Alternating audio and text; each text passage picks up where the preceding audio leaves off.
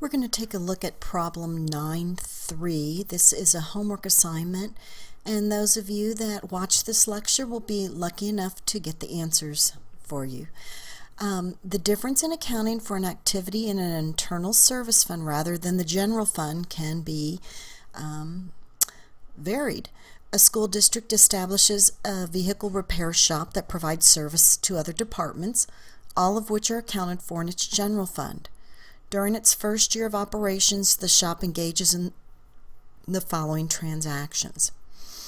It purchases equipment at a cost of $24 million and issues long-term notes for the purchase price. The useful life of the equipment is 8 years with no residual value. It purchases supplies at a cost of $4 million. Of these, it uses $3 million. In its governmental funds, the district accounts for supplies on a purchases basis. It incurs $13 million in other operating costs. It bills other departments for $19 million. And for purposes of external reporting, school district officials are considering two options: account for the vehicle repair shop in an internal service fund or account for it in a general fund. So for each of these following items, indicate the amount that would be reported in the year-end financial statements of an internal service fund, assuming that the school district selected the first option, or the general fund if it selected the second option. And so the first question would be, if it selects either the internal service fund or the general fund, what is the amount of billings to other departments or revenues that they would be showing to other departments? Well, first of all, if it's in an internal service fund, there will be revenues that are being recorded to other departments. If it's in a general fund, they would not report any billings to other departments. The purpose of having an internal service fund is to keep track of the revenues that are coming in along with any cost to provide those services. So if this activity is being reported in the general fund, they would not be recording or providing services to any other departments. So let's look and see, for the purpose of if it is providing services to other departments, it would be $19 million for the internal service fund. If it was being applied to the general fund, it would be zero, because those accounts of the departments all get put in or linked into the general fund, and they're not going to be shown that the costs are being expended. Next, what are the cost of supplies? If it's in the general fund, it would be considered an expenditure. If it's in the internal service fund, it would be considered an expense.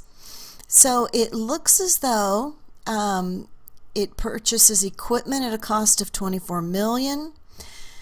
It purchases supplies at a cost of 4. Of these, it uses 3. It incurs $13 million in other operating costs. So for purposes of the internal service fund, you're going to show $3 million in supply, since those were actually what was used as a consumption basis, would be what we would show in the cost of supplies. For purposes of the general fund, it would be $4 million, because that's the amount we actually purchased. So we would show that supplies expenditure of $4 million there. Next, expense or expenditures relating to acquisition or use of equipment. Well, in the general fund, the $24 million acquiring that equipment would be an equipment expenditure, and we would offset that with proceeds from issuance of notes, because again, in the general fund, we are not going to report any long-term liabilities. However, for purposes of the internal service fund, we would show the equipment only for depreciation, because that equipment would be recorded as an asset in the books. And the only thing we would do is take care of the depreciation, that portion that gets depreciated for that year. I believe it was depreciated over 8 years. Next, we would show any other operating costs. So for other operating costs, the $13 million stated other operating cost in the internal service fund, and we would also show that $13 million to be in the general fund. Next, we've got the accumulated depreciation. Well, we know in the general fund we don't record any accumulated depreciation. Our asset we don't have on the books. So, of course, we would keep that information in a supplementary schedule, but we're not going to have any depreciation there on the books. However, depreciation accumulated for the internal service fund, we would show the accumulated depreciation there of $3 million. As we move on, inventory as an asset. Again, the general fund, we're not going to be reporting any inventory.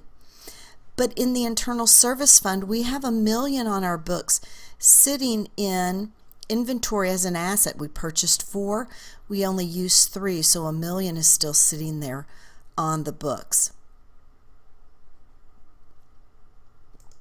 So next, as we move on, we've got notes payable. Now, the general fund, we're not going to show any notes payable. As you know, long-term debt is not recorded in the general fund. But if we go over to the internal service fund, we'll notice that the notes payable would be $24 million, long-term liability. And then last, non-spendable fund balance for inventory. For the internal service fund, 0. Internal service funds don't have to report a reserve for inventory. However, in the general fund, we do have $1 million sitting available still, so we'll show $1 million. The year-end inventory balance will be sitting as a reserve there. As we move on, it asks what would be the total expenses reported in the internal service fund, assuming that the school district selected the first option, the internal service fund. So if in fact they selected that internal service fund, we would have depreciation, cost of supplies or inventory, and then other operating expenses for a total of $19 million sitting on the books. What would be the total amount of expenditures reported in the general fund, assuming that the school district selected the first option or selected the second option? So as far as in the general fund, if they selected the internal service fund, then the expenditures in the general fund would be billed to its departments. If it selected that second option and accounted for the repairs in the general fund, then the general fund would show acquisition of equipment for $24 million, purchases inventory of 4, and operating cost of 13 for a total of $41 million.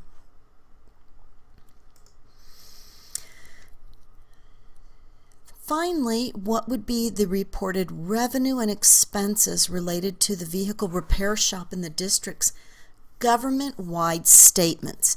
Would it matter whether the district accounted for the shop in an internal service fund or in the general fund? Well, technically no, because if from the government-wide, it doesn't matter if it was in an internal service fund or it doesn't matter if it was in a general fund. The expenses are going to be the same. The only difference is if it's in an internal service fund, it's going to be reported on a full accrual basis either way. And if it's on a general fund, we're not going to have any revenues to collect. And so ultimately, be it that it was treated from just the general fund recording transactions or from the internal service fund, once it gets converted to government-wide statements, there would be no difference. The difference from the fund standpoint, if it's an internal service fund, we would be showing some revenues, and from the general fund or other activities, they may show an expenditure that is a bill.